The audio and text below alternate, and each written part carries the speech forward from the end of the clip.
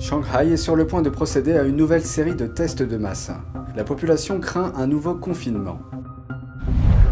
Taïwan fait un pas de plus dans la lutte contre le vol de propriété intellectuelle.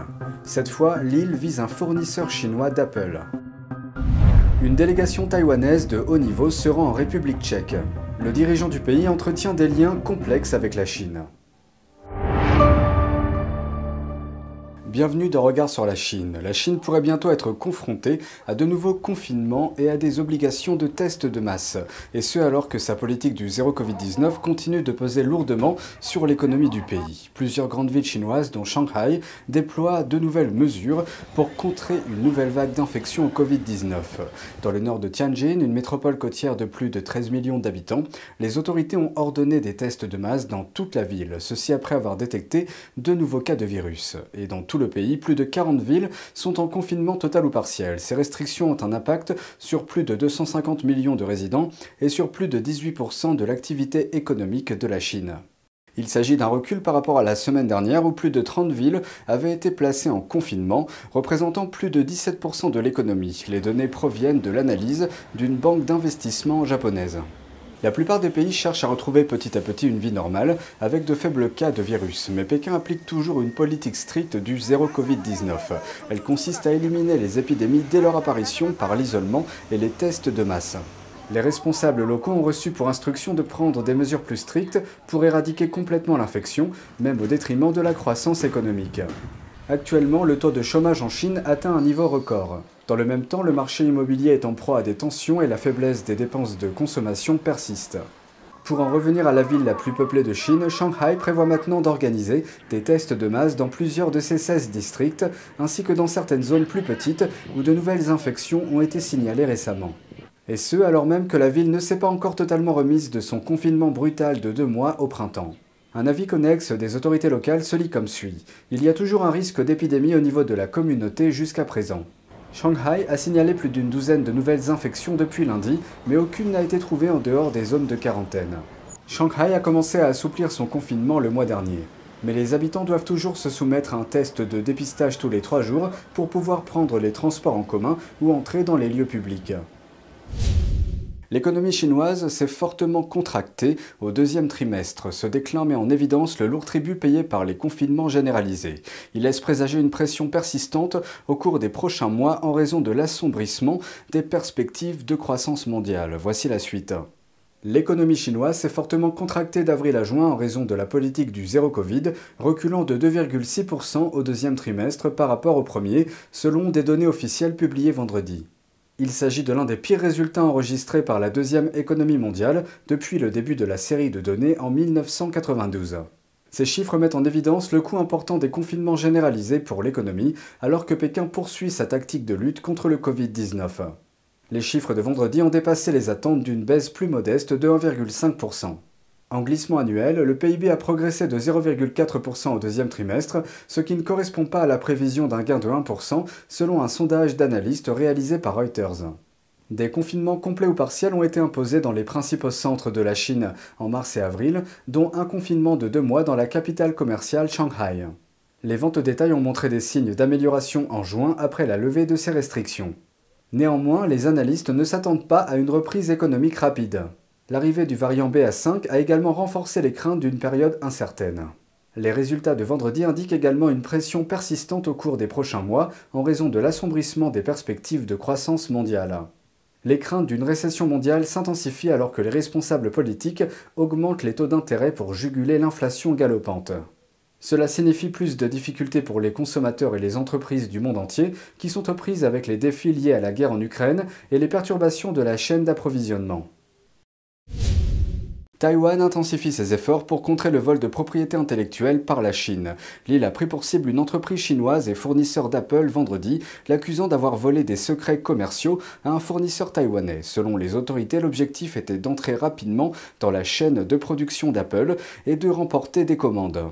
Taïwan a déclaré avoir découvert que la société chinoise Luxshare Precision Industry avait attiré des travailleurs de son concurrent taïwanais Kotshare Technology. Cette entreprise fabrique des étuis pour les iPhones et les iPads d'Apple. Les procureurs taïwanais ont déclaré que Luxshare avait promis aux travailleurs des salaires élevés et avait volé des secrets d'affaires, causant ainsi de grosses pertes à Kotshare. 14 personnes ont été inculpées. Selon Reuters, ni Luxshare ni Apple n'ont répondu aux demandes de commentaires.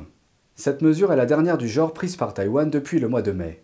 Les autorités taïwanaises avaient alors effectué une descente dans 10 entreprises chinoises soupçonnées de débaucher des ingénieurs en microprocesseurs. Ces sociétés opéraient à Taïwan sans autorisation. Le président du Parlement taïwanais est en visite en République tchèque pour un voyage de 4 jours. Au programme, la Chine et la guerre en Ukraine. La visite du responsable intervient 2 ans après que le président du Sénat tchèque est venu sur l'île pour exprimer le soutien du pays à la démocratie et à la liberté. Voici les détails de la dernière visite. Tout pays libre et démocratique doit conserver sa souveraineté et son indépendance. Il doit veiller à son intégrité territoriale et ne doit pas dépendre d'un autre pays, surtout d'un pays totalitaire. Le président du Sénat tchèque, Miloš Vystrčil, a rencontré lundi à Prague une délégation parlementaire de Taïwan. Celle-ci est dirigée par le président du Parlement, Yu Si-kun. Discutant de la menace des régimes totalitaires, Vystrčil a noté la dépendance des pays européens vis-à-vis du pétrole et du gaz russe et la façon dont cela les conduit à ne pas être en mesure de soutenir pleinement l'Ukraine. Une dépendance similaire vis-à-vis de la Chine semble être présente en République tchèque également. Une étude de marché montre que les principaux fournisseurs de services de téléphonie mobile du pays se sont principalement appuyés sur le géant chinois des télécommunications Huawei pour mettre en place leur réseau 4G. Cela a rendu difficile l'abandon des équipements Huawei dans leur réseau 5G. Il est courant que les opérateurs travaillent avec le même fournisseur pour la 4 et la 5G afin d'améliorer les performances des équipements. Bien que la République tchèque n'ait pas interdit Huawei comme beaucoup d'autres pays, son agence de cybersécurité a émis un avertissement formel contre Huawei et une autre entreprise chinoise de matériel de télécommunication, ZTE, en invoquant la sécurité nationale. Lors de la réunion de lundi, le président du Parlement taïwanais a exprimé sa gratitude à son homologue tchèque. Monsieur Vystrčil n'a pas eu peur de faire venir héroïquement une délégation tchèque à Taïwan. Par cet acte décisif soutenant les valeurs démocratiques, il a combattu les actes de la diplomatie du loup communiste chinois, souligné la contribution de Taïwan à la démocratie mondiale, soulevé le rôle important que joue Taïwan dans la géopolitique et aider le monde à réaliser où sont les valeurs de Taïwan. Le président tchèque Miloš Zeman cherche depuis des années à resserrer les liens avec le régime communiste chinois. Mais ses efforts ont souffert de l'échec des projets d'investissement entre les deux pays. Plus récemment, la Commission des Affaires étrangères du Parlement a adopté à l'unanimité une résolution visant à quitter une plateforme de coopération dirigée par la Chine avec les États d'Europe centrale et orientale. Seuls 14 pays ont des liens diplomatiques officiels avec Taïwan.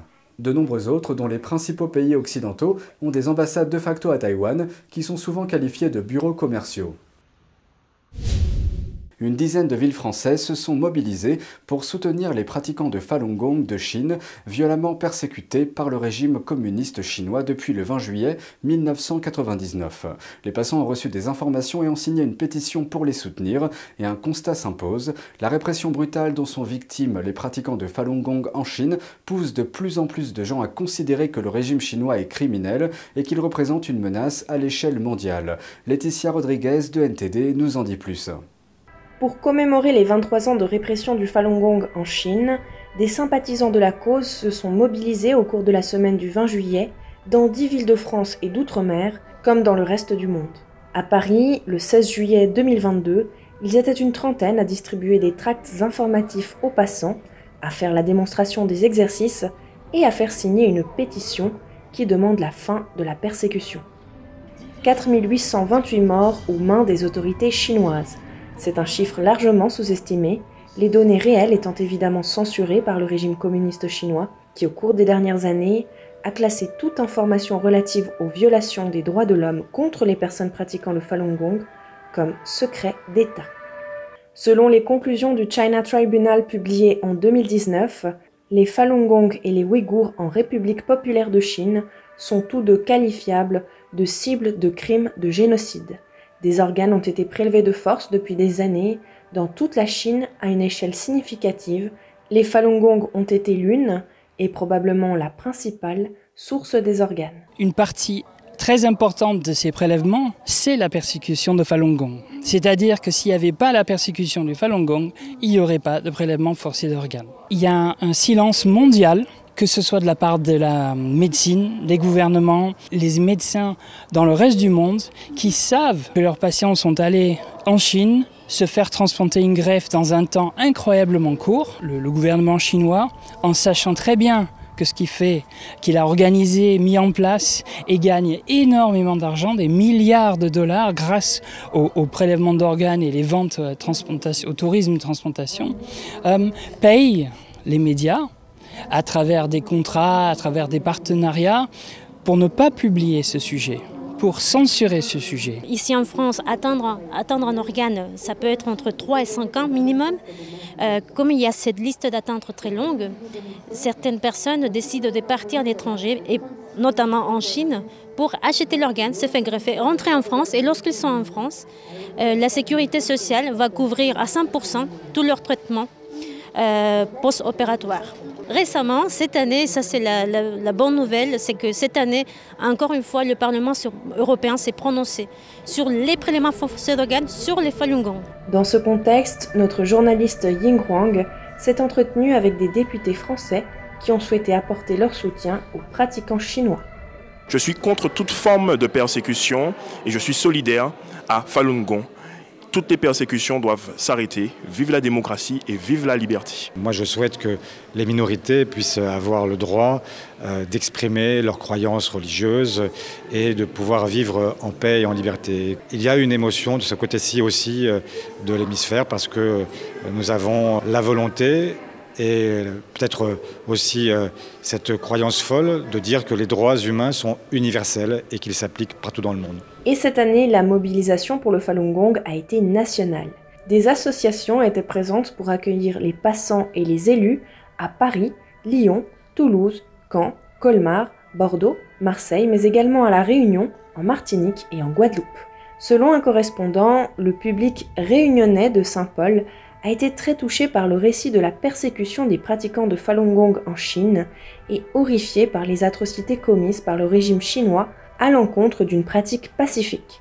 Et certains ont même laissé entendre qu'ils souhaitaient eux aussi commencer à apprendre la méthode. C'est tout pour aujourd'hui, merci d'avoir suivi Regard sur la Chine. On se retrouve demain pour une nouvelle émission, prenez soin de vous et à bientôt.